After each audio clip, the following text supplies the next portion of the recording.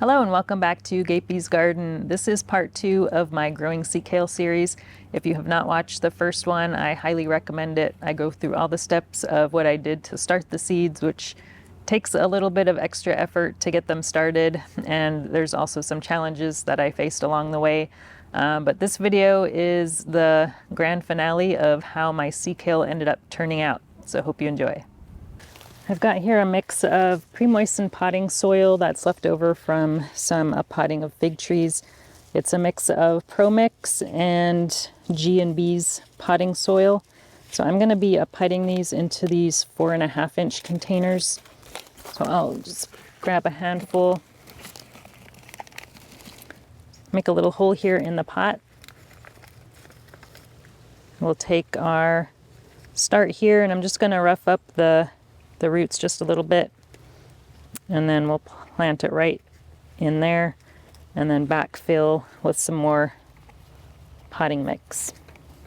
So I'm going to go ahead and do that to all of these and give them a little bit of water, and we'll see how they do.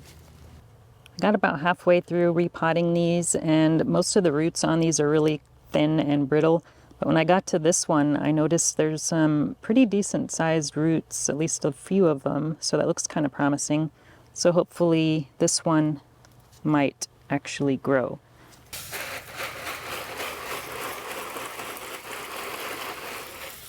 All right, hopefully that will help these guys out and they'll do a little bit better. But I will report back in at least a month or so, and we'll see if there's any progress.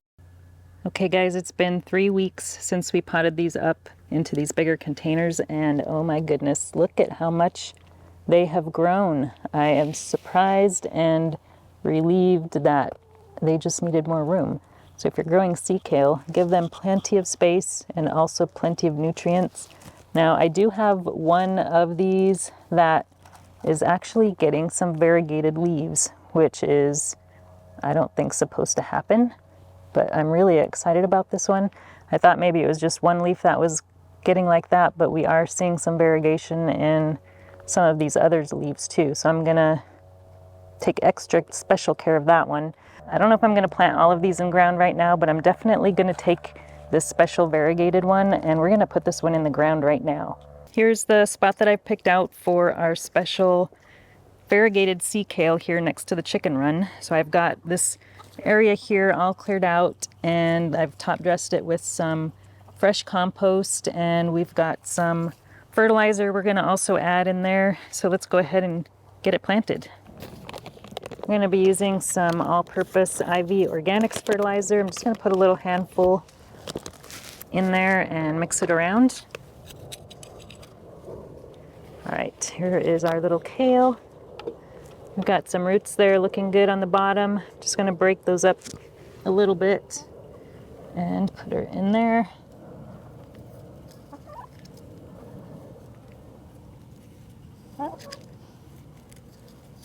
And then this is my sea kale, which doesn't seem to be doing all that well.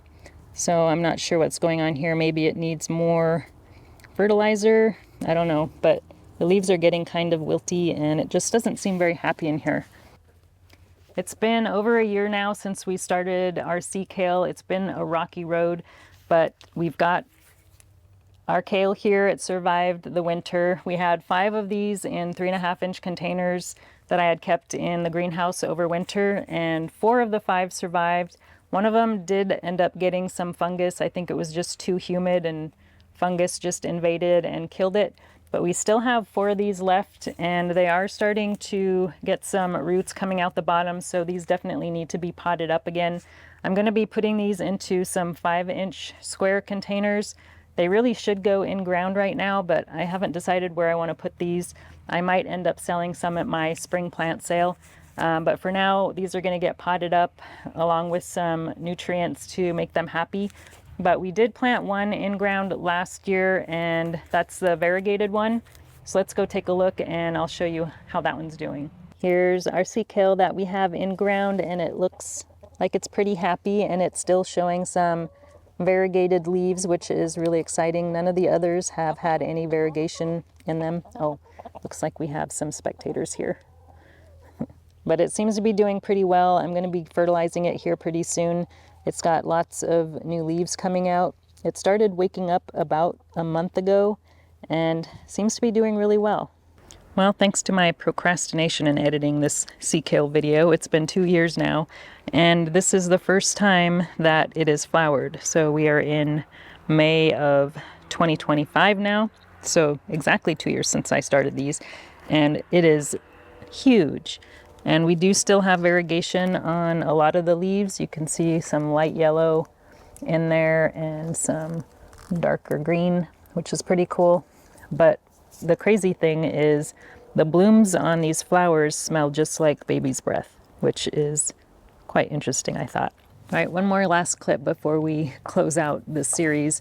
I'm sure you're wondering what this tastes like, so I thought I would give it a little try here on camera. So I mentioned in my part 1 video that the flowers, the leaves, the seeds, the roots, everything is edible. And I haven't really done anything with them yet, but here are the flowers. They really don't have much of a taste. Kind of a grassy taste, I guess, if I had to describe it. And then the leaves here. So most people, I think, eat the leaves when they're more young and tender. And I did not try the young shoots when they were coming up, so I'm not sure what they taste like. But I'm going to give a try the mature leaves. So they are a lot thicker and kind of rubbery compared to regular kale. So it doesn't taste rubbery at all, but it is a thicker leaf. It kind of tastes a bit like cabbage, but it doesn't taste bitter at all. It's not a very strong flavor, but I mean, it's not bad. I think it would probably go well in soups or stews, maybe. I don't know. But yeah, it's supposed to be pretty high in vitamin C, I mentioned in my part 1 video, so maybe I'll start using this a bit more in my cooking. So one thing to note that I've read is that pollinators love these flowers, and to be honest, I have not seen a single bee on these flowers. The only thing I've seen on them are flies. So I find that kind of interesting. I'm not sure why the bees don't like it. They love all my other brassicas that are flowering right now. I've got a lot of kale and other things that overwintered and are flowering, and they're all over those, but they don't seem to like the sea kale as much. I hope you enjoyed this little series and maybe give growing sea kale a try. And if you give it a try, just stick with it and don't give up. Thanks for watching, and we'll talk to you again soon. If you enjoyed this video, please like and subscribe. You can also find me on Instagram, Twitter, and Facebook.